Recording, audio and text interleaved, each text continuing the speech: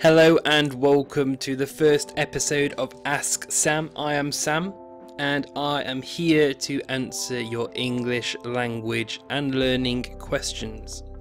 Today's question is about a vocabulary problem.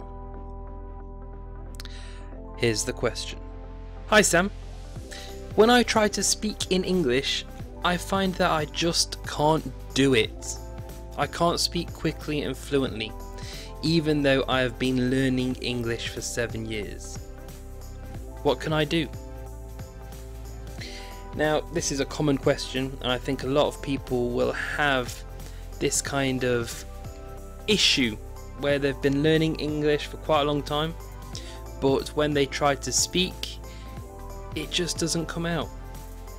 So, here's my response. The first point I want to say is it all in your head? Have you got the language in there, but it's your confidence that's holding you back?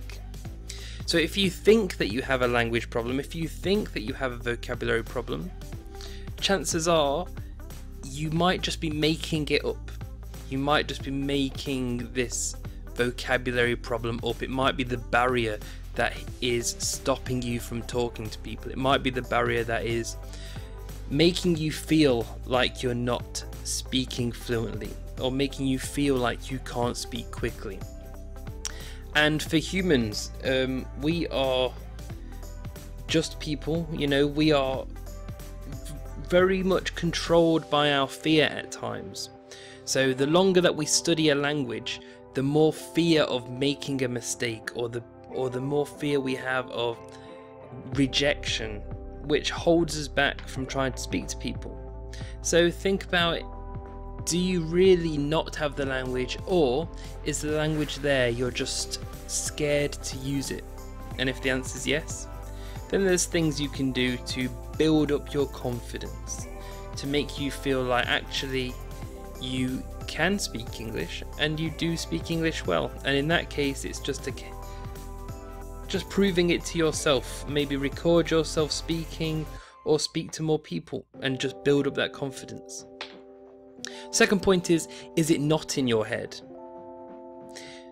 In which case, it might be that you don't have all the language that you need to be able to talk to people. And I think a good way to kind of assess that is to just watch a normal, simple TV show where people have normal conversations. A really good one to watch is Friends, but if you've watched Friends a lot and you're sick of Friends, try something like Modern Family and just watch some clips from that TV show and just see, can you understand what they're talking about?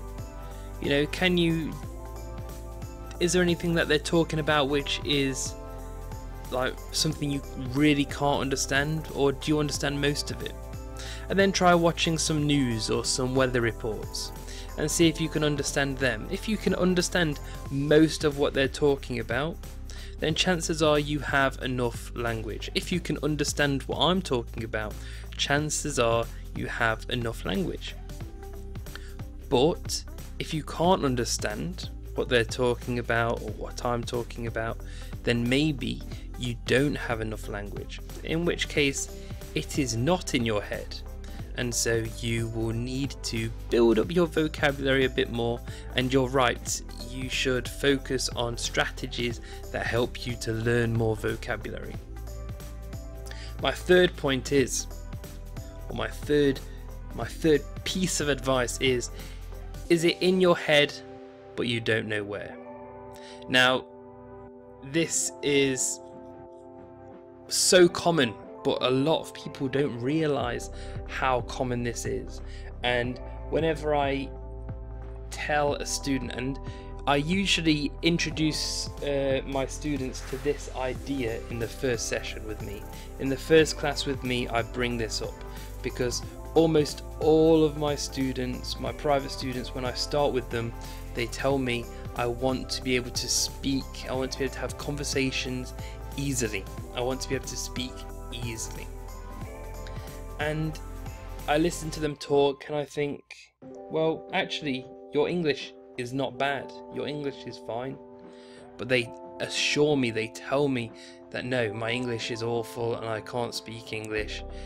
And so I introduce them to this idea. And this idea is, I don't know if I invented it or if it's been around and I just heard it somewhere or whatever, but it's something that is really, really, it's true not just to English learners but to language learners in general. And it's the idea of working language. Now, you may have heard of the term working memory, which is the memory that you can reach into that memory and use it at any time. Now, working language is the same kind of idea. It's, for me, the way that I define it is language that you can use automatically. So if someone says hello to you, you can say hello back. If someone says to you, oh, what's your name? You can respond like that, my name is Sam. If someone says to you, how are you? You respond with, I'm fine, thank you, how are you? You know, these reactions, these responses are automatic. They are part of your working language. If someone says to you, oh, what's your favourite sport? I like football. It's instant, it happens straight away, and you make no mistakes. Now, for a lot of people, they have a huge vocabulary or a huge language bank, much bigger than they are aware of. But when it comes to using that language, when it comes to actually speaking and putting all that language into a sentence, suddenly it's not there. The language is gone. So, what can you do when your actual language or your actual vocabulary is much bigger than your working language or vocabulary? The answer is use your working vocabulary, use the language that you know more until it becomes part of your working vocabulary or your working language. So my advice here is to really think about what you know. Go over your notes or review or whatever, find what you know and then try and use it. And then use it and use it and use it until it sticks. And I guarantee that if you do that, your working language will grow. And this is something that I work on a lot with my private students, because most of the time the confidence and the working language are linked. As you realize that you do have a bigger working language, your confidence will increase as well, and your fear will start to decrease. Alright, that is it for this episode.